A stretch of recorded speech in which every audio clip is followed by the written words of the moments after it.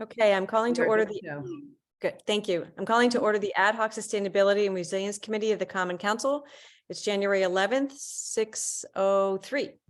I'm calling to order. The roll call is of regular members. Mr. Livingston, Tom Livingston is here. Josh Goldstein is here. We have two additional Common Council members. We have Council President Greg Burnett and Nora Nojewski-Eitner. We may have other people join us in a few minutes. The first thing on our agenda is public participation. Is there anybody here who would like to be heard from? And Katie, you've got the. Yes, there are two. First is Diane Loricella. Okay, great. So Diane, if you'd like to be heard from. Yes, good evening.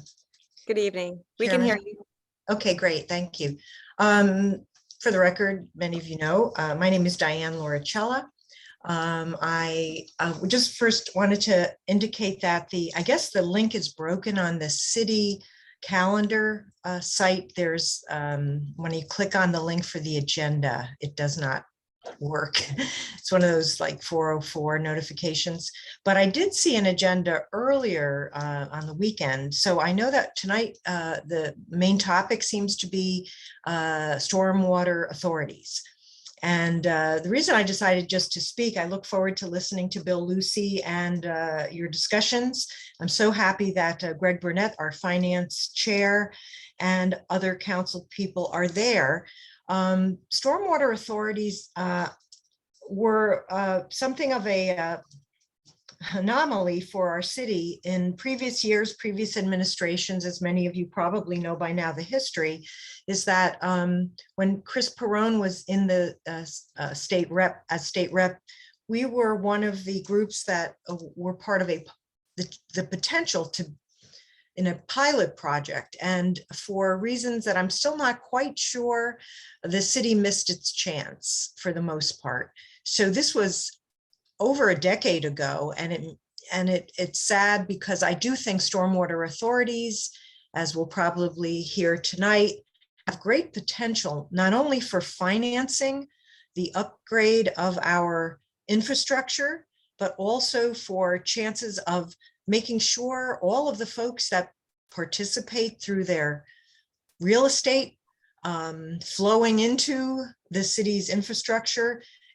I consider it an educational opportunity for people to learn how their both public and private properties have an impact on our water quality ultimately, and also ways that we can encourage green infrastructure. We have had some projects, but not enough for my liking as far as green infrastructure, as many of you have heard from me since you were made council people. So I look forward to this. I also want to encourage once again, Ms. Shanahan and the council, that you make use of those citizens of residents that care about this topic and care about water quality, and give them a shout out or thank them, because it is so important to encourage the public to have the interest and get you information that could help you do your job even better than you already do. Lastly, I'm not speaking on behalf of the Mayor's Water Quality Committee, but I am a member of it. And at our last meeting, we put together another series of recommendations for this coming year. You will be getting the final draft very soon. And one of the things that we have on our list is to encourage not only a stormwater authority, but also an erosion and sediment control board as a mechanism for us to gain additional money to repair our infrastructure. I stand ready to help you tell those folks that you'll hear from, probably like hospitals and the like. They'll be possibly saying, why should we have to be, they'll call it, I call it a user fee. And I think we need to educate them so that they understand their role. So thank you. And I look forward to hearing the rest of the meeting. Thank you, Diane. Are there any other hands raised, Katie? There is. Hand. Linnell Jones. Thank you. My name is Linnell Jones. and I've lived on Wilson Point since 1986, 37 years. My zip code, 06854, has been identified by CIRCA, the Connecticut Institute for Resilience and Climate Adaptation, as one of the most vulnerable to rising tides and flooding. My question has to do with the permitting process. Does this Oh, but now I committee- can't, I mean, we have to speak about agenda items, so permitting process is not on the agenda. So do you have a Excuse me, comment? excuse me, Lisa. I thought this was public comment. My comments are less than 2 minutes. No, public um, comment is only allowed on common council common council agendas on agenda items. So if you'd Is like, this the common council or is this the ad hoc committee? this is an ad hoc committee of the common council. So as the way our rules work is that you must be commenting on one of our agenda items. So I'm delighted to have 3 minutes of your comments, but it has to be. Okay, only the 3 excuse items. me, Lisa. As you know, I have questioned your minutes in the past. In September, I made a comment and I submitted the comment, which was a question to this committee. The approval of those minutes are on your agenda, so I will be quiet. I will wait till I can get this on your agenda, but I would respect and I would ask you to reply to my comment that hasn't been replied to from your September meeting, which the approval of those minutes are on the agenda this evening. Thank They you are for the- welcoming public comments. Thank you, Ms. Jones. Great. Is there anybody else who'd like to make public comment this evening? Hearing none, I'll close public participation. At this time, we don't have a quorum of committee members, so we cannot approve the minutes of either September or November. If we have a committee member who joins us later, we'll revisit that agenda item. The next thing is new business. The first thing we're going to speak about, which would be Mr. Bedoli, would be updating us on the inventory of current sustainability projects underway across the city. So thanks, Brian. Yeah, no problem. And good evening, everyone. So one of the outcomes of the community resilience building workshop that we hosted was one of the actions was to actually do an inventory of everything that's going on with the city. And I know this group, we've all talked about that just to make sure that everyone's aware of what the other person's doing, what other departments are doing. So we actually, since our last meeting, have spent the time meeting with individual departments to talk about that. So our staff at the RDA set up individual meetings to kind of catalog all that. And I just wanted to provide a brief update on that tonight.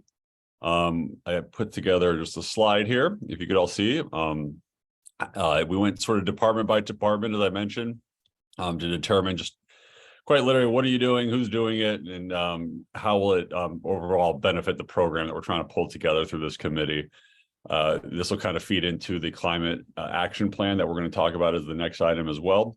And it kind of let us hit the ground running in a lot of regards. So I won't go through all of them individually. I think the best bet is to just let you know that we provided this, we've completed this work, and I'll send this out to you individually. We can send it out to the group.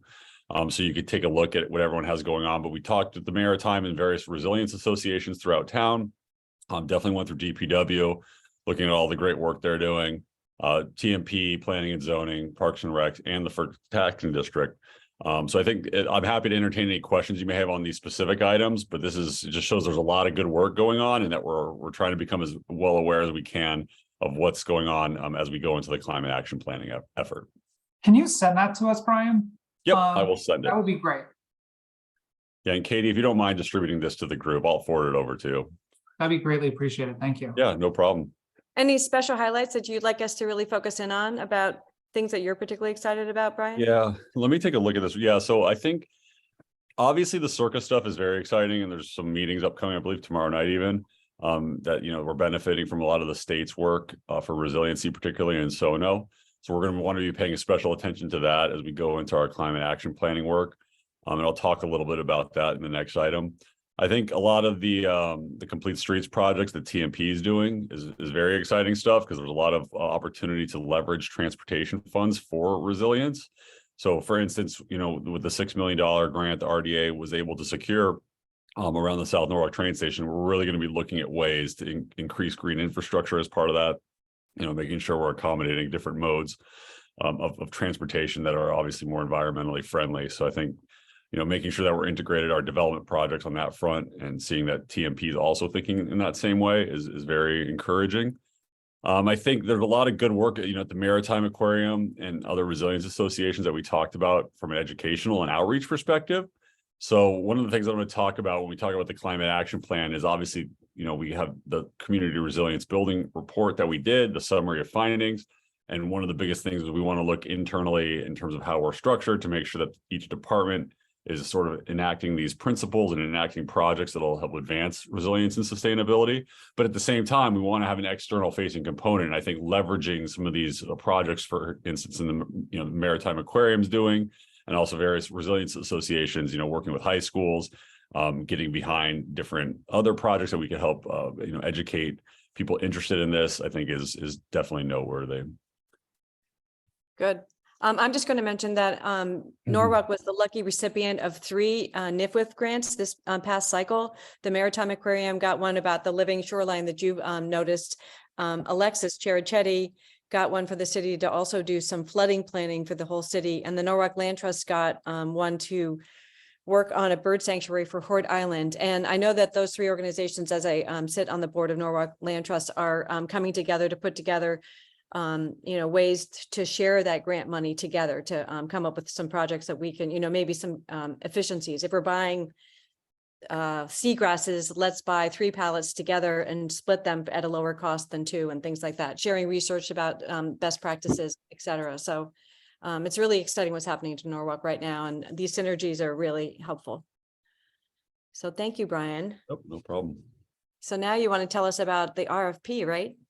Yeah, so we're really excited. So we went through the procurement process. We issued bids. We received 4 qualified bids for the climate action plan. We went through the interview phase with the committee that sat, in the city and also our office. And we've identified SLR, which is a firm. They have a local presence, but also out of Boston. They've done a lot of work with communities, actually taking them from the community resilience building, outcomes into a climate action plan. One of the examples was the town of Groton that had done that. Actually, Boston, our project manager will be Boston based. I just got off the phone with them at 3 p.m. today, where we're in the process of finalizing the scope. And I sort of iterated, I can talk about some of the key highlights. I mean, they're putting forth a lot of the, the things that you want to see, obviously, in a climate action plan. They're going to take a look at our existing conditions. They're going to look at our zoning, which is an element that I know that was important to everybody. We're going to have them opine on some of the sustainability elements of the zoning. So that'll be a nice addition to what we had originally talked about. Also going through a gap analysis to see kind of what, what happened in our community resilience building process, what they think in their, professional recommendations should be included in a plan. Also surveying best practices and lessons learned, not only in terms of, sustainability and resilience projects, but also the administrative structures that we were talking about. And that's really what SLR, I think, was most well equipped to provide us. And I think that was at the top of a lot of people's lists at the community resilience building workshop, was taking a look at how best to sort of structure city government in order to, have the most effect. And I think so that's one thing that we're really focused on in our scope negotiation. So that's sort of high level. I think what'll be the best next step is I'm going to finish negotiations in the next couple of weeks here. And then at the next meeting, I'd like to have them present to you and talk about the overall program. And then we'll hit the ground running in February with all the details. That'd be great. Any committee questions for Brian on the RFP or SLR? Hearing none, then we can turn our meeting over to Bill, Lucy, and Brittany Chamberlain to speak a little bit about the Stormwater Authority that we have on the agenda. All right, fantastic. Brittany, I didn't know if you were saying anything, or should I just launch right into the PowerPoint?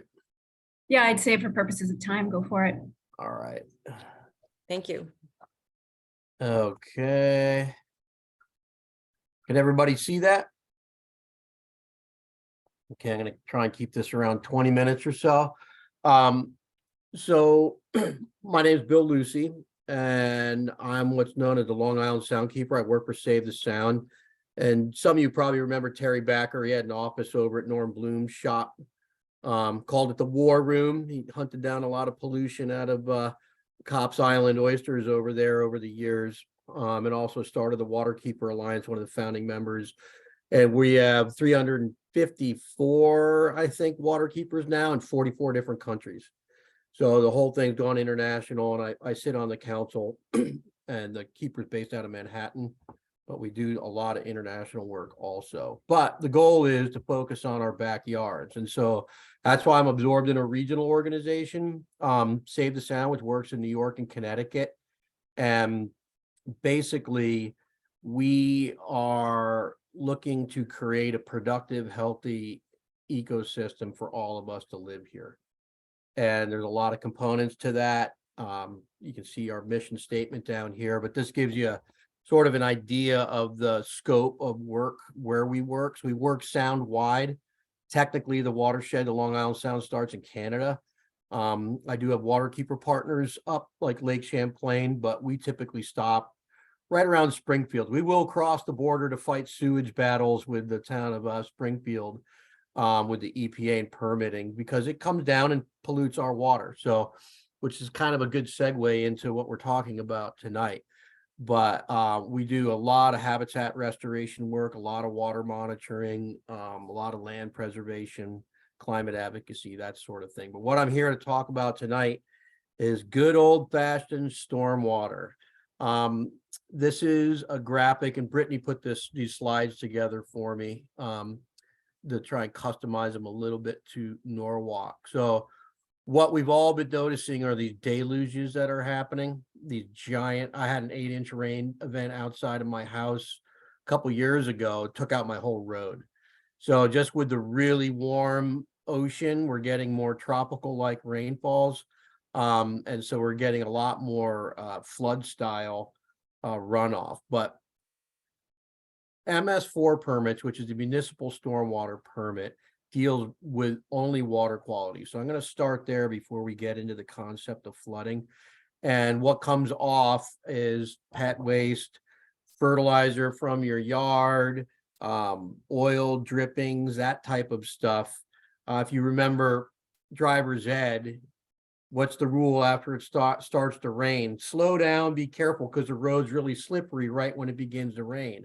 And that's because of all the oil and the brake dusts and this stuff that they now know is a big fish killer called 6-PPD quinone.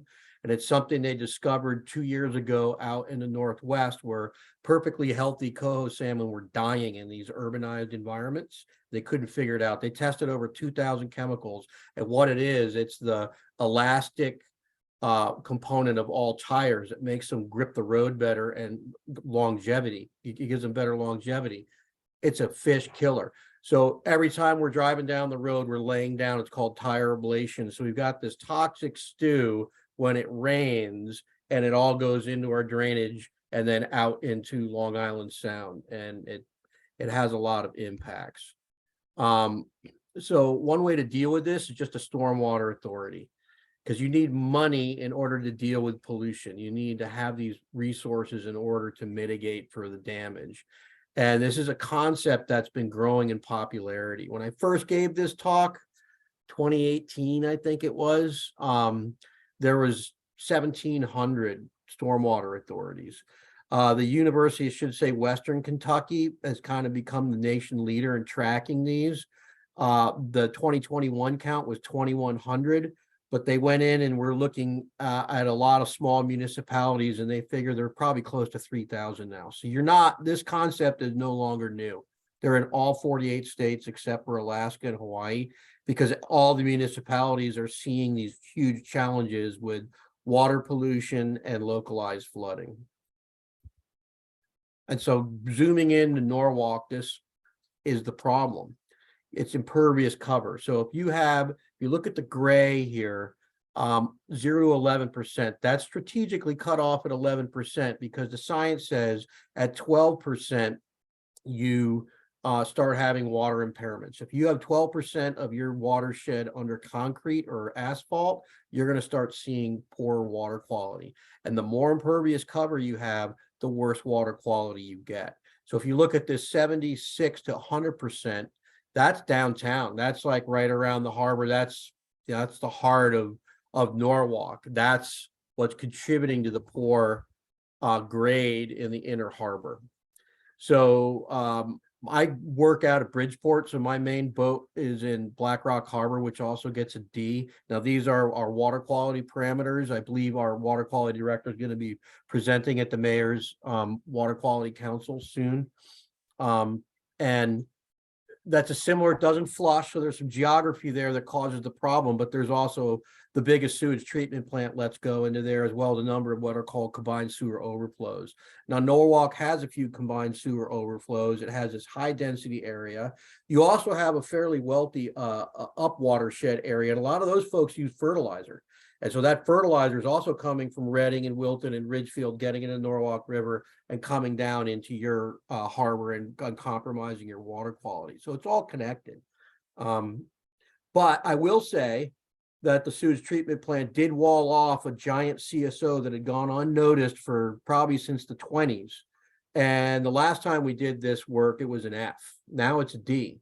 So I'm wondering, maybe, you know, a lot of raw sewage overflows from that hidden tunnel are created that increase in water quality. So the state also has a database. That's our data, the Unified Water Study.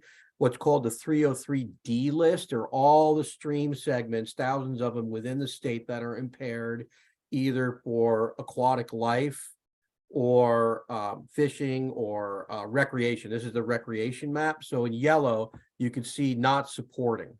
Now, that doesn't mean you can't paddle a kayak up the river. It just means if you splash some water in your face, there's a chance you're going to get sick because there's a lot of bacteria. It's probably impaired for bacteria right in this zone here. So that's not good for quality of life. If you've got these large river courses going through your town, you want them to be clean. And it can be done. Paris has opened up one of the canals, and that used to be incredibly polluted. Now they have public swimming in the middle of Paris on the Seine, you know, I mean, so there are things that we can do to clean this up. And it's important economically. I remember 2-3 years ago, there was a big sewage outfall. Norm Bloom, right before 4th of July, had to run to the Eastern Sound to get all his stock to supply all the people partying on the 4th of July, because the Department of Aquaculture shut him down. So he has to take his clams out into this green zone and oysters to get them depurated, it's called, so there's no bacteria. He can put them in here, but you can't sell them directly to the consumer. So there's some real water quality challenges. But this is really on the top of people's minds, is the flooding. And if you remember what happened not too long ago, Westchester had cars floating down the street. Hartford had cars floating down the street. That's why Jason Rojas, you know, he's a senior member at the state legislature, really backed the Stormwater Authority enabling legislation. We got it passed. People were drowning in their apartments in the Bronx and in Westchester if they had below grade basement apartments. So this flooding, this resiliency issue is real. It causes a massive amount of damage. And I'm really pleased to see the spreadsheet that was shown earlier in this meeting. Norwalk is obviously starting to ramp up its efforts to deal with this. So one of the things you need is consistent, adequate funding in order to follow through with a plan to get there. It sounds like all these groups are coming up. You got some money for a flood management plan that the city of Norwalk is going to be looking at, but you also need implementation money. So what needs to happen is we need to figure out what you need first. And Brittany, I'm not sure where you got this, but it's 500 million to update the current piping needs. I guess that's from undersized pipes, that type of thing, and old broken pipes. And that, you know, that's an issue all over the state right now. It's extremely expensive to dig this stuff up. I'm friends with the stormwater enforcement officer in Stamford. They actually have a badge wearing enforcement officer there just for stormwater because they're under an EPA consent. And he said all the pipes are undersized. And a couple of the, or I think it was Irma or Irene, one of those just blew out people's backyards. We're just living on drainage ditches, but the pipes were too small and there were massive amounts of damage. So we need to figure out what is needed to fix it. And then we need to figure out how to get those resources to the municipality to make it happen. I worked for municipality for 12 years as acting city manager at times, and I know all the competing needs. The school board needs money. The fire department needs money. Maybe you need a new high school, or you need, an upgrade to the sewage treatment plant. All these things are competing, and that's why the way it's being done now in Connecticut is stormwater management is an afterthought to the general fund. There is no dedicated funding in most towns right now to deal with all these, both the permit requirements and just the reality of flooding and pollution. Not just checking the boxes on your permit. So the funding's not guaranteed. It's based on property value. And people who don't pay into the property taxes are not, they're creating pollution also, but they're not contributing to the solution. So that is basically how it works now. It's called a regressive tax, essentially. A stormwater utility is a fee. Just like if you are on a water meter and you're getting water, you get charged gallons of water use. If you're using electricity, you get charged on how many kilowatts you use.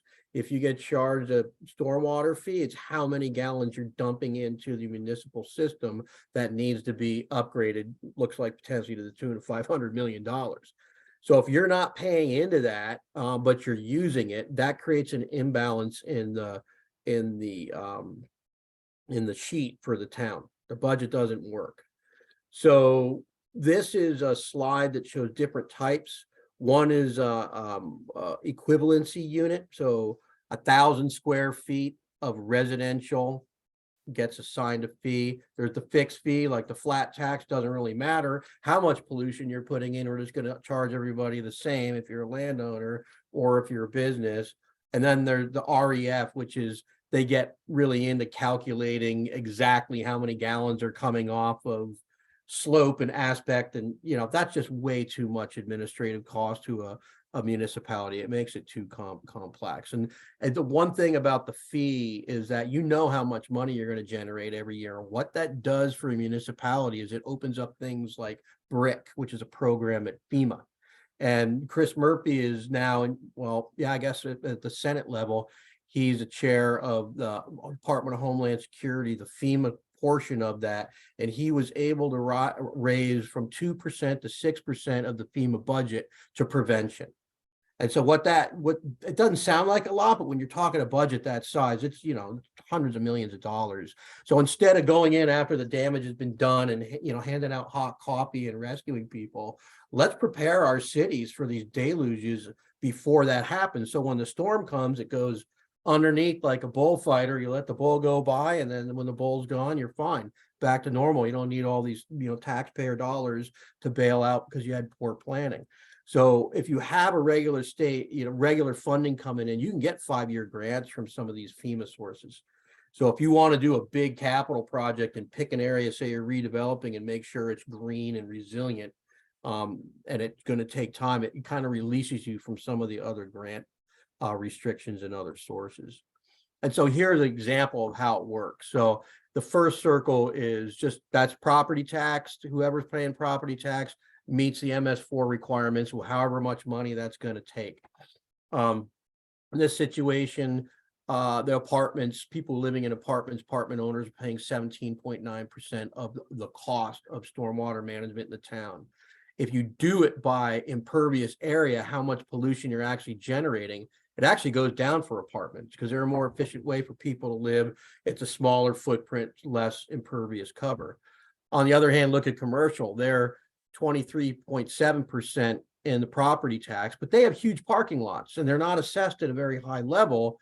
So they're not generating a lot of property tax from the parking lots, which are one of the most notorious generators of stormwater pollution. If you do it by how much pollution they're actually generating, the commercial enterprises are covering almost a third, because that reflects what they're doing. And this is what gets sticky with all stormwater authorities. Even though we're around 3,000 of them now, it's the not the people who don't pay taxes. That's municipal government, city of Norwalk, that's state buildings, any kind of nonprofits. And we had this battle at the legislature. At the end, I'll tell you a little bit about it. A lot of people just don't want to pay. We're doing good for the community. Why should we have to also pay? Well, if you don't include all those other entities, you might as well not do the program because you're just basically back to where you started, where a small portion of the population is paying for everybody. So in a nutshell, everybody's got to pay their fair share. It's a common society. It's a common problem. The water is a public trust. We need to all respect it. We all need to do our part to keep it clean. It's very arbitrary. It's very clear. It's square foot. You have a square foot of impervious cover that's not going to absorb rainwater. That's runoff. The 1,000 square foot's a nice unit. That's the equivalency of a residence. I'm going to get to the credit system in a moment, and you do the bills quarterly, 4 times a year, and then you can do all kinds of stuff with that money. That town money can be matched, leveraged, loans, low interest loans with the state, green bank. You go to a regular bank, you can match federal grants, state grants. And so this is Norwalk, and just shows there's a commercial zoning there. You see the green open space, there's residential. So it's broken into different sections. And then when you're looking at a residential, if it's someone's small place like a trailer park or something, they're not going to be paying that much. And this is how much they pay in New London. So if you have a small like trailer park lot, 1,000 square feet or less, you're paying $7.50 a quarter. So you're paying a couple bucks a month for your stormwater fee. If you're around 2,000 square feet, it's $5 a month, and so on and so forth and on up. And what really sold it in New London was the municipality said, look, we're going to do it too. So this gives you an idea of the money is not astronomical to the individual. Now, if you're a university and you're paying $40,000 a year, like in New London, that we did talk with them though at the legislature though. So there are, some of these entities are going to get larger bills, but they're causing more pollution. But this is something that we had to revisit. So really quickly, 2013 was Diane references. 2013 was the pilot program was pushed through by Leah Schmaltz, who wrote the language for that bill. She's now our president at Save the Sound.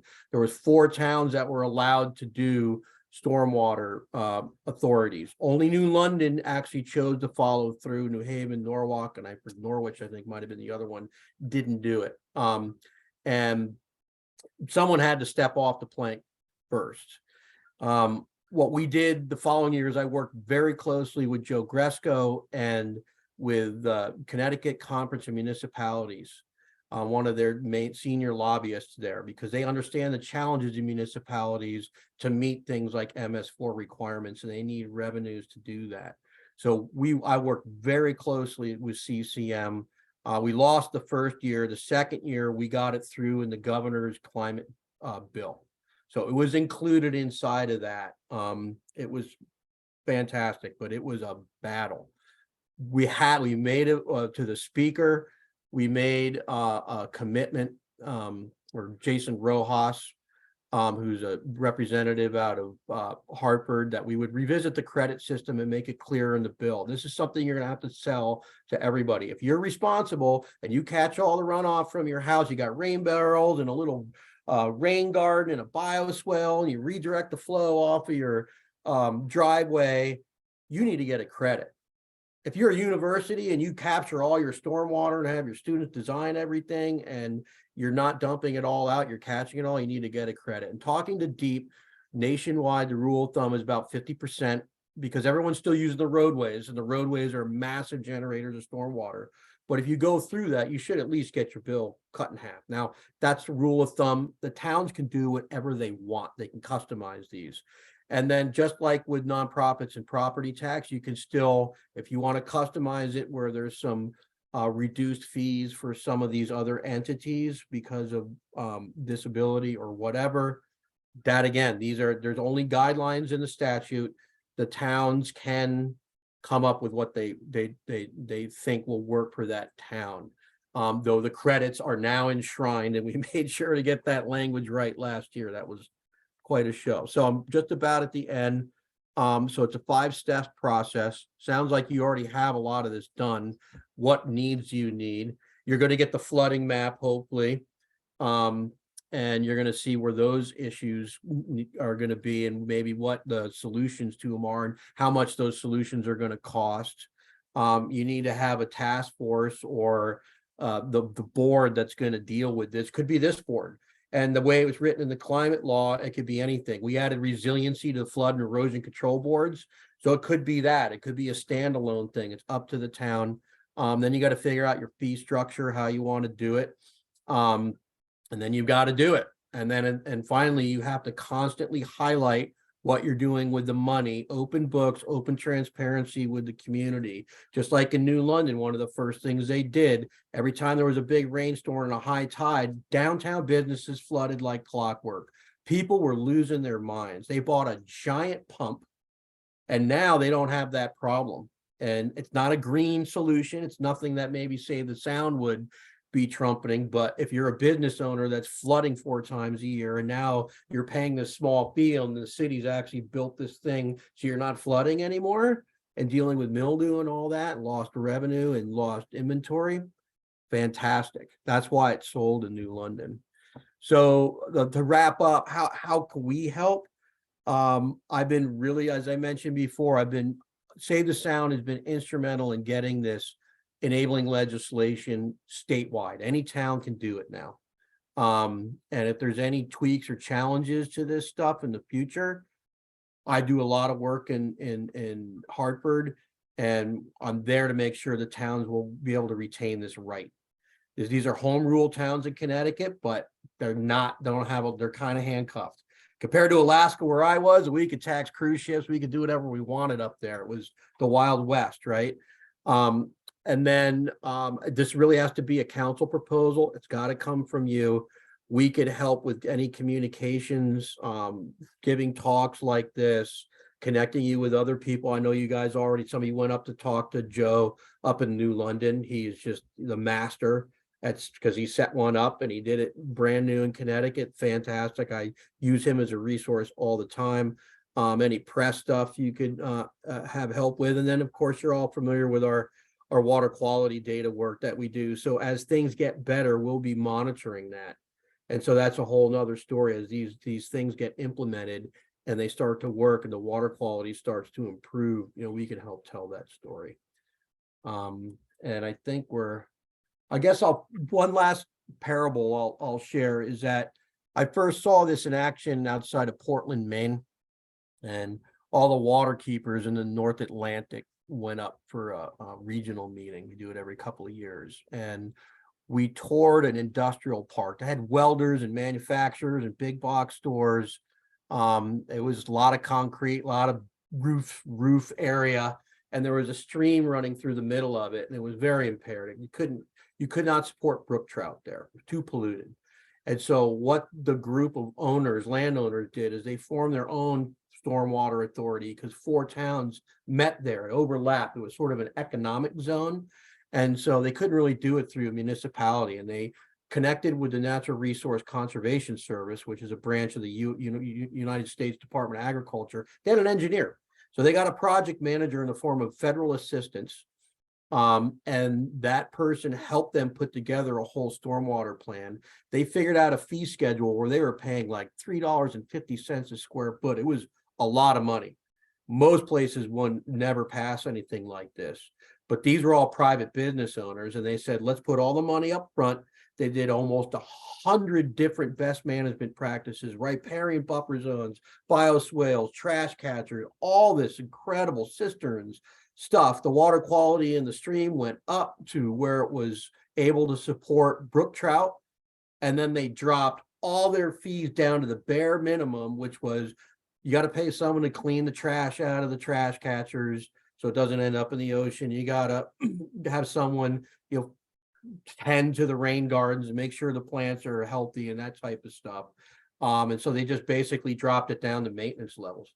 And so that's a success story. And I just offer that as a parable because it will work and it has worked in a lot of places. Well, we're excited about getting things cleaner, but I don't know that the 500 million is going to run out of this so fast that we won't need one, a few years later. Can you talk a little bit about, this is one of the things that Joe spoke a lot about, how it's really important for municipalities. I know that there's a special exception for hospitals. Hospitals will start to pay these fees, not now, but in coming years, and other not-for-profits, because they do create a lot of this stormwater. And if everybody's contributing, then everybody needs to be part of the solution. And part of that is because they're going to be incented, right, to manage their stormwater. So if you don't have a municipality participating in this, they're not really incented to manage their stormwater. Can you talk a little bit about that? I think Joe had a lot to say about that when we were in New London. Yeah, and I agree with him. And I agree with Chris Stone, who leads stormwater for the state of Connecticut. If you're not going to have all participants paying into the solution, you should probably just leave the system as it is, which is inferior, because it's just not equitable to have, well, I personally don't think it's worth doing, because it's not going to change anything. You're not going to raise any extra revenue doing it like that. The only thing you will do is you'll say this revenue is for stormwater. It's not general fund. So that is an advantage. The hospitals are going to sunset in 2026. So after 2026, the agreement to not have any new fees put on them expires. So that's something to keep in mind for Norwalk. The other thing is, and I know this was a problem in New Haven, that there are some churches that were in some pretty underserved areas, and they just didn't have a lot of capital, and they had a hard time paying the electric bill. So, one thing I think that Save the Sound could help with, as well as some of our partners, is getting some of that money and raising grants. And so let's say you have a parking lot in a church or a YMCA, and they're okay with paying 50%, but they don't want to do 100%, doesn't fit their books. Maybe some of the nonprofits can come and help, and we can turn their parking lot into like we did with Sunken Meadow State Park. We catch all the stormwater off of that. We have Construct that's over on Long Island. We completely took a polluting, nasty, big state parking lot and greenified it. And so now it's not polluting. And so, I think there's an opportunity there. And like in Bridgeport, we're partnered with the city of Bridgeport, Matt Folda, right? And Metro Cog, he's up there, the Metro Cog. We've got support from this wastewater treatment folks, as well as Groundworks Bridgeport and the Nature Conservancy. And we're designing 60 bioswales with the kids. So we're building in skills to the youth workforce, and they're going to go out with GPSs and survey equipment and start siting these things. So that'll help with Bridgeport meeting their MS4 requirements. So Bill, if you can drop down your program so we can see the other participants, sure. that'd be great. And then we could see if there's other questions from any of our Common Council people who joined us. Jen McMurray, I see, joined us, and so did Diane Revolus. Thank you guys for coming. Any questions from council people about stormwater? I kind of want to go over the funding mechanism again, because the one thing I'm thinking about is there are people who run the gamut in Norwalk of all different socioeconomic strata. I mean, there are people who, we're about to get into budget season. Every year we talk about a very clear truth, which is that there are a lot of people whose tax bills that, if it goes up by a certain number, and it's not a huge number, it can cause some serious problems for them. So with that in mind, I just, in taking one look at your at that slide, where I think some people were getting charged, it's something, it was something like $40 a quarter or something like that. So, that's a couple $100 a year. It was more like $7 a quarter. It was more like $7 a quarter, Bill. I guess if you want to show that slide again, that's maybe I misread it, because I had thought it was more as the population. It was proportional to the population, but they do it based on the size of the lot. Yeah. So let's see here. This is New London. Here it is. Yeah, that's it. The blue one. Yeah. Yeah. Well, not this one. This one. Yeah. That one. There you go. So Yeah, so where are we? 37. So that's 3,000, over 3,000 square feet of impervious cover. So 3,000 square feet. Okay. All yeah, right. that's someone, you got a house that size. Yeah, you know what? I would, okay. 750. So for most people in Norwalk, if you're just talking about normal lot sizes, I don't know why I read that very quickly as number of people and not square feet. So my mistake. No problem.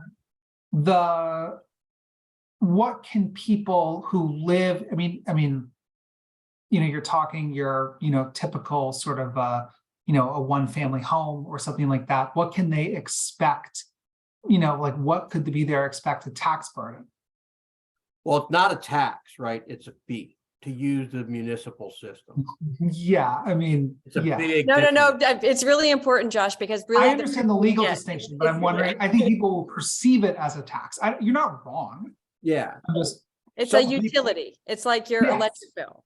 yeah, So I mean, that depends on what the municipality thinks it needs. So you guys would set the rate. This is what New London did. This is what sold in New London. New Britain did one in June. I don't know their numbers, but as soon as we passed that enabling legislation, they just met and they're like, we got to do this. This makes perfect common sense. They did it. Was probably the quietest stormwater authority ever formed in the country. Boom, they're up and running and generating revenue and dealing with these issues. I mean, the money's got to come from somewhere. yeah, no, absolutely. Yep. So- So Josh, I should fill you in, and maybe Brian is better at explaining this than I am, but the city is looking right now at this, what do they call it? REU, which is a way to calculate what what each homeowner will pay. Do you want to go, do you have that, Brian? Do you feel comfortable talking about that better than I? I Or- actually don't have much on that right now. That might be Okay. something on the table. So Tom and I guess, we're the ones who went up to New London. So that REU is how they calculate what each, what the portion is. So $7.50 was what they charged in New London for 0 to 1,000 feet for that. So we are looking at how to calculate that, and most municipalities seem to run for single family homes under $100. In that situation, if you're at 1,000 REU, you're paying, I think, something like 4 times 28, $30 a year. Bigger properties will pay in the hundreds. Is that what do you think that's fair, Tom, from what we were Well, I told? was thinking, really, I'm hesitant to even put a number on it because we're very different than New London. New London's a We lot are. smaller than we are. We have a lot of different housing stock and buildings in the city. So it's kind of hard. It's not really apples to apples. And it also depends how much we want to raise, right? Right, you back And into so, it. to some if we degree. put in $1 million in a city of 90,000 versus $1 million in a city of, what were they, 20,000? It's a little- very yeah, different ish. rate. And so it's kind of hard to put a number on it. I mean, we'd have to, and I think when we had this conversation before with Leisha, the idea is we need to get somebody who's expert in this field to help us figure out how to analyze the various properties in the city and what makes sense. Well- Is how it breaks down, but of course, so much of it depends on how much you want to raise. Yes, you do kind of back into it to some degree. Yeah. But it is segregated funds that are dedicated to this cause. and And there's no doubt, and it's less regressive, as Bill was saying, than, homeowners paying everything, and big users like hospitals, commercial lots and things like that, not necessarily paying their fair share or being incented to clean up their stormwater.